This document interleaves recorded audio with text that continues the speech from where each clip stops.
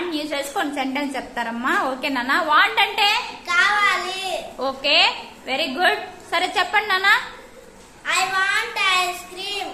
నాకు ice cream కావాలి. Okay. I want pencil. నాకు పెన్సిల్ కావాలి. వామ్మో. ఓకే నాన్న.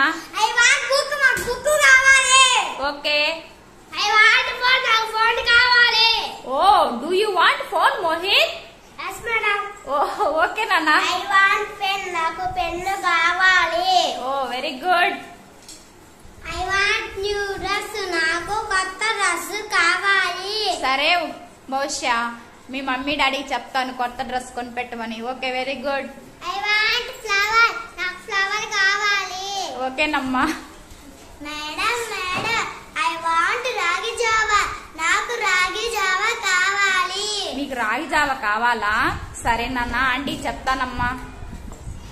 Mummy mummy, I want apple. అమ్మ అమ్మ, నాకు యాపిల్ కావాలి.